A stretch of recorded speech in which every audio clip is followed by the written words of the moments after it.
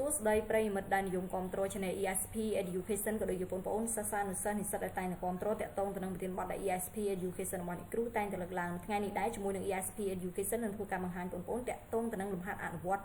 ណាប្រភេទពន្ធលើប្រាក់បៀវត្សដែលភាសាអង់គ្លេសគេហៅថា tax on salary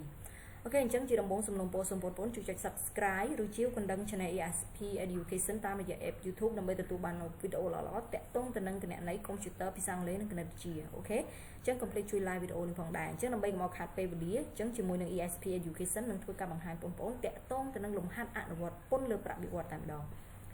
អូខេអញ្ចឹងនេះគឺជាលំហាត់ដែលអ្នកគ្រូបានរៀបចំណាអញ្ចឹងឧទាហរណ៍ថាមានកម្មករនិយោជិករោងចក្រសហគ្រាសម្នាក់មានប្រាក់បៀវត្សណាដែល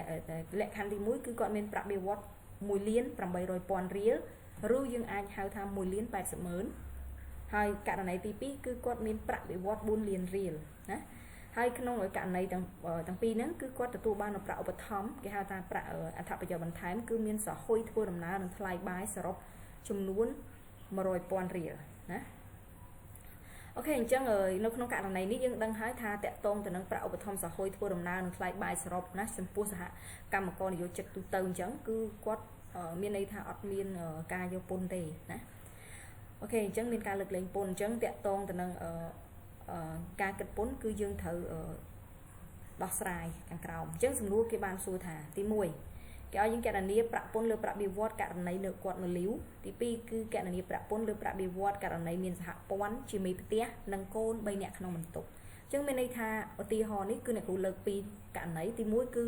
ប្រាក់បៀវត្ស1,80,000,000ទី2គឺ4 លានរៀលហើយទី1នោះគឺក្នុងស្ថានភាពគាត់លីវស្ថានភាពទី2គឺគាត់មានភរិយាជាមេផ្ទះហើយឬក៏ស្វាមីជាមេផ្ទះហើយកូនក្នុងបន្ទុក3នាក់ទៀតណាអូខេអញ្ចឹងដើម្បីកុំឲ្យខាត់ពេកយើងចូលទៅកាន់ដំណោះស្រាយតែម្ដងអញ្ចឹងតកតងទៅនឹងចម្លើយអញ្ចឹងទី1កណនាប្រាក់ពន្ធលើប្រាក់បៀវត្សករណីគាត់នៅលីវអញ្ចឹងក៏គឺគាត់មានប្រាក់បៀវត្ស1,80,000,000 រៀលណាអញ្ចឹងយើងឃើញថាគាត់មានទទួលនៅក្នុងបម្រាប់ប្រធានគឺប្រាប់ថាគាត់ទទួលបានគេហៅថាអត្ថប្រយោជន៍បន្ថែមគឺប្រាក់ឧបត្ថម្ភសហុយធ្វើដំណើរនិងថ្លៃបាយសរុបណាអញ្ចឹងក្នុងករណីនេះគឺគេឲ្យជាទូទៅសម្រាប់កម្មករនិយោជិករោងចក្រណាអញ្ចឹងគឺមានន័យថាលើកលែងពន្ធណាអញ្ចឹងយើងត្រូវដកចេញពីប្រាក់បៀវត្សមុននឹងយើងយកទៅមើលថាតើគាត់ជាប់អត្រាពន្ធប្រមាណអញ្ចឹងអូខេអញ្ចឹងយើងយកមកប្រាក់មុនបង់ពន្ធរបស់គាត់គេហៅថាម៉ូប៉ូបវអសកាត់ណាមុន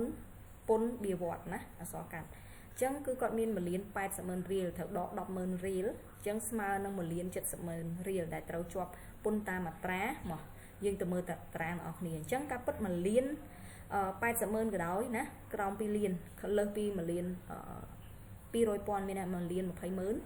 ទៅគឺ1,20,000,000 1រៀលរហូតដល់2លានរៀលគឺជាប់ 5% ប៉ុន្តែកម្មករនេះគឺគាត់ក្រោយពេលគាត់ដកគេហៅថាអត្ថប្រយោជន៍បន្ថែមដែលមិនជាប់ពន្ធ10,000 រៀលអញ្ចឹងលុយគាត់1,80,000,000នៅសល់1,70,000,000អញ្ចឹងស្ថិតនៅក្នុងចន្លោះនេះគឺអត្រា 5% ណាដែលមានលំអៀងលើសប្រាក់ពន្ធតាមថ្នាក់ហ្នឹងគឺ60,000 រៀលណា60,000ណាគឺ60,000អញ្ចឹងគេកណនាគឺមានន័យថាយកប្រាក់បង់ពន្ធបៀវត្សណាប្រាក់បង់ពន្ធហ្នឹងគឺជាប្រាក់ដែលក្រោយពេលដែលគាត់ហ្នឹងកាត់គេហៅថាអត្ថប្រយោជន៍ដែលមិនត្រូវជាប់ពន្ធណាអញ្ចឹងប្រាក់ដែលគាត់ត្រូវជាប់ពន្ធហ្នឹងគឺ1,70,000,000 រៀលណាអញ្ចឹងសរុបគឺយើងយក1,70,000,000 រៀលគុណនឹង 5%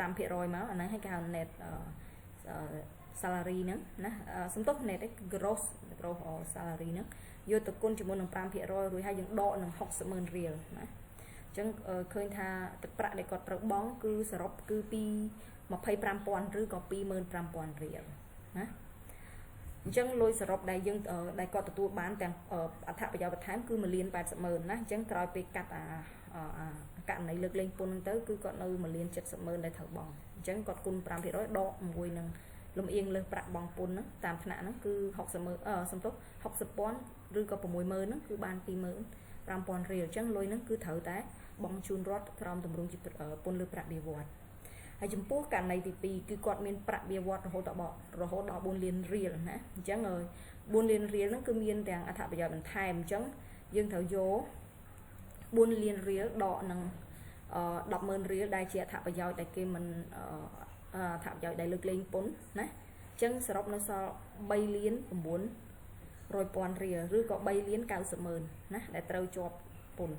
ឡូវយើងមើលទាំងអស់គ្នាទឹកប្រាក់គាត់4លានឬក៏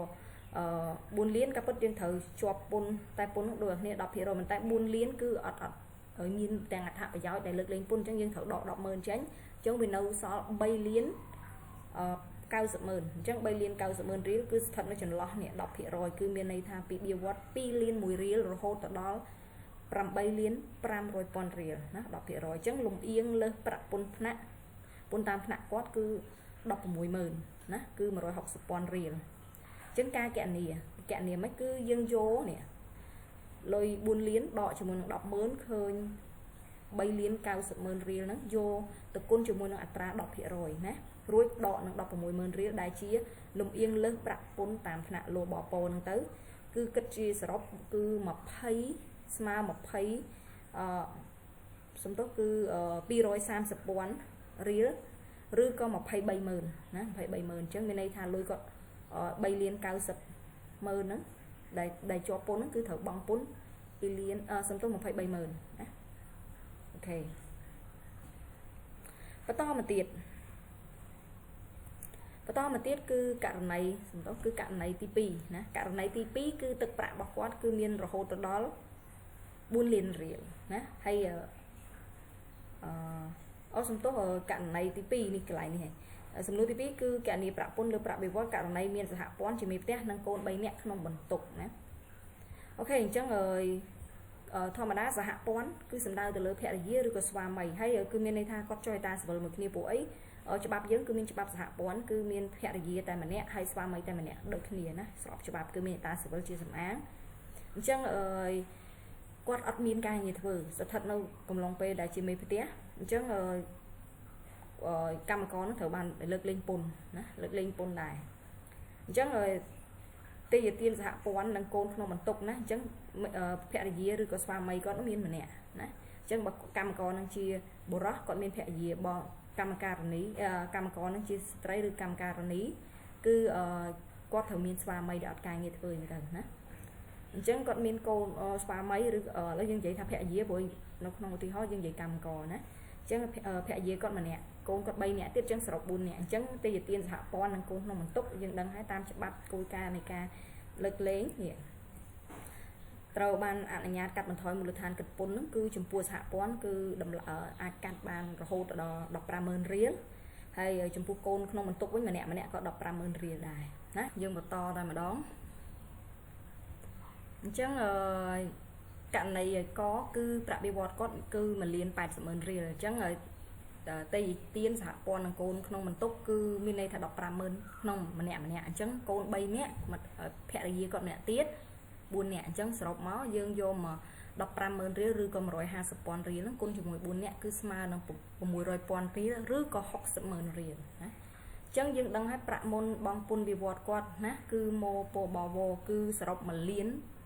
800,000 រៀលឬក៏1លាន80ម៉ឺនរៀលត្រូវដកទី1គឺដក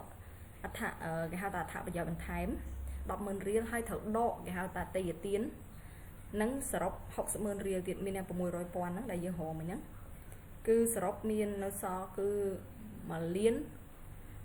100,000 រៀលឬក៏1លាន10ម៉ឺនរៀលអញ្ចឹងនៅក្នុងគេហៅថាពន្ធគេហៅថា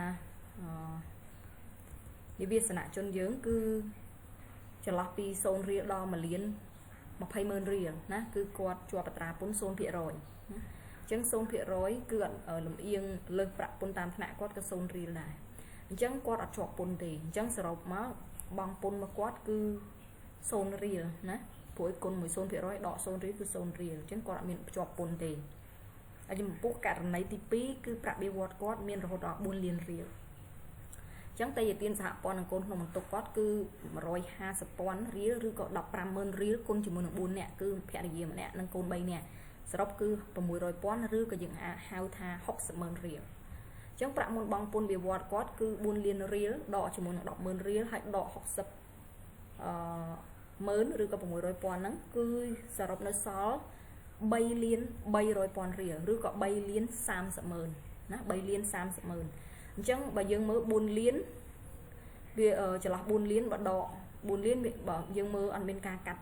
អត្ថប្រយោជន៍បន្ថែមអត់មានកាត់តៃទៀតវាស្ថិតនៅក្នុងអត្រា 10% ប៉ុន្តែដល់ពេលកាត់ឲ្យអស់វានៅសល់តែ3លាន300,000ឬក៏3លាន3លាន30ម៉ឺនអញ្ចឹងវាស្ថិតនៅចន្លោះនេះ3លាន30ម៉ឺនអូខេនៅ 10% ដែរណាគឺចន្លោះពី2លាន1រៀលដល់8លាន500,000រៀលណាហើយលំអៀងលើសប្រាក់ពន្ធតាមថ្នាក់គាត់គឺ16ម៉ឺនណា160,000ដូចគ្នាដែរណាគាត់តែចៃដន្យទេណាប៉ុន្តែបើសិនវាទាបជាងកម្រិត10% ហ្នឹងគឺនឹងគិតតាមនឹងទៀតតែអ្វីដែលអត្ថប្រយោជន៍ដល់គាត់នេះកន្លែងនេះគឺមូលដ្ឋានគិតពន្ធគាត់បានធ្លាក់ចុះណាពី4លានរហូតដល់3លាន300,000ណាអញ្ចឹងវាបានថមថយ70ម៉ឺនដែរ700,000គឺប្រាក់អត្ថប្រយោជន៍បន្ថែម10ម៉ឺនហើយនឹងតៃទាន60ម៉ឺនណាអូខេអញ្ចឹងលំអៀងលើសប្រាក់ពន្ធតាមថ្នាក់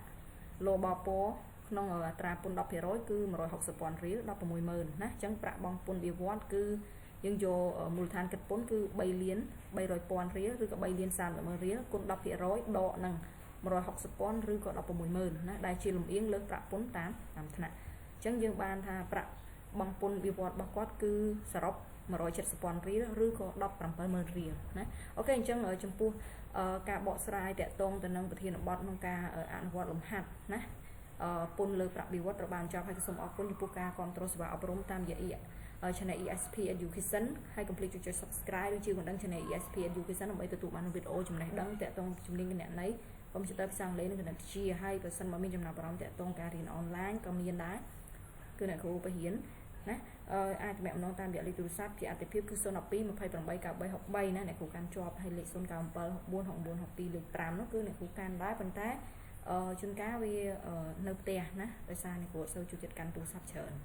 អូខេហើយអាចទំនាក់ទំនងតាម Telegram ក៏012ផងដែរអរគុណអញ្ចឹងជួយ like វីដេអូនេះផងដែរហើយ share ទៅកាន់មិត្តភ័ក្តិបើសិនបើអ្នកនរគ្នាគិតថាវីដេអូនេះមានអត្ថប្រយោជន៍អូខេជួបគ្នានៅប្រធានបទក្រោយៗសំណាងល្អហើយសូមអភ័យទោសរំហោះឆ្គងផងដែរបាយបាយ